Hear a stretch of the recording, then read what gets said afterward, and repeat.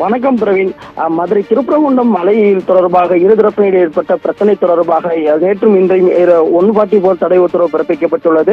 நேற்று அதிகாலை 6 மணி முதல் இன்று இரவு 12 மணி வரை இந்த 144 தடை உத்தரவு பிறப்பிக்கப்பட்ட போதும் இந்த தினம் போராட்டம் நடத்தப்படும் என்று அறிவிக்கப்பட்ட நிலையில் கிட்டத்தட்ட திருப்பரங்குன்றம் மட்டுமில்லாமல் திருப்பரங்குன்றம் சுற்றியுள்ள பகுதிகளில் மூலக்கரை, பசுமலை உள்ளிட்ட பகுதிகளில் இருந்த கிட்டத்தட்ட 3000 போலீசார், காவல்துறை ஆணையர் லோகநாதன் மற்றும் 10 மாவட்ட எஸ்பிக்கள் தலைமையிலான காவல்துறையினர் 3000க்கும் மேற்பட்டோர் அப்பகுதியில் பாதுகாப்பில் ஈடுபட்டு வருகின்றனர். பிரவீன், இந்த நிலையில் போராட்டத்திற்கு வருவோர் எச்சரிக்கப்பட்டு அவர்கள் உடனடியாக கைது செய்யப்பட்டு வரும் நிலையில் தொடர்ந்து கோவிலை சுற்றியுள்ள பேரிக்கடை அமைக்கப்பட்டு அங்கங்கே வாகன சோதனையிலும் காவல்துறை ஈடுபட்டு வந்தனர். இந்த நிலையில் ஒரு பகுதியில் குடியிருந்த ஒரு 50 பெண்கள் உட்பட்ட 100 நபர்கள் ஒரு தரப்பினர் தற்போது போராட்டத்தில் ஈடுபட தொடங்கினர். அவர் கோஷமிட்டபடி அப்பகுதியில் போராட்டத்தில் ஈடுபட்ட பெரும் பரபரப்பான சூழ்நிலை காணப்பட்டது.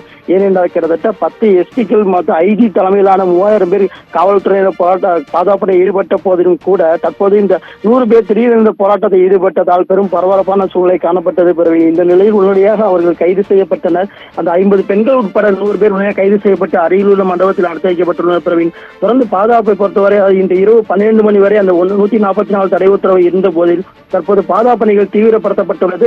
ஆங்காங்கே போலீசார் ரோந்து பணிகளில் ஈடுபட்டு வருகின்றனர். எல்லா பகுதியிலும் தற்போது சந்தேகப்படும்படியாக இருக்கும் நபர்கள் உடனடியாக அவர்களிடம் விசாரணை மேற்கொள்ளப்பட்டு கைது செய்யப்பட்டு வருகின்றனர். இந்த நிலையில் தற்போது சென்னை உயர்நீதிமன்றம் மதுரை அமர்வில் கூட இது தற்போது விசாரணை நடைபெற்று வருகிறது. இன்று காலையில் வழக்கறிஞர் சுந்தர வடிவேல் என்பவர் மனு தாக்கல் செய்திருந்தார். 144 தடை உத்தரவை நீக்க வேண்டும். ஏனென்றால் இந்த 144 தடை உத்தரவு உடனடியாக பிறப்பிக்கப்பட்டுள்ளது. இது போராட்டத்திற்கு மறுப்பதாக தெரிகிறது. உடனடியாக நீக்க வேண்டும் என்று நீதிபதியிடம் முறையிட்டார். இந்த வழக்கின் விசாரணையானது தற்போது விசாரணை வந்தது. ஜெயச்சந்திரன், பூர்ணிமா நீதிபதிகள் முன்பாக விசாரணைக்கு வந்தது. பிரவீன், இந்த நிலையில் விசாரித்த நீதிபதிகள் 3-4 தேதிகளில் 140 தடை உத்தரவு உள்ள நிலையில் ஆர்ப்பாட்டத்திற்கு அனுமதி இல்லை, வேற எந்த தேதிகள் நீங்கள் அனுமதி கொடுப்பீர்கள் என்ற ஒரு கேள்வியை அரசு தரப்பு வழக்கறிஞரிடம் எழுப்பியுள்ள நீதிபதிகள் இது தொடர்பாக மேலும் விசாரணை தற்போது இன்று மாலை நடைபெறும் நிலையில் இந்த போராட்டம் என்பது இன்னும் தீவிரமடையும் என்று எதிர்பார்க்கப்படுகிறது. பிரவீன்.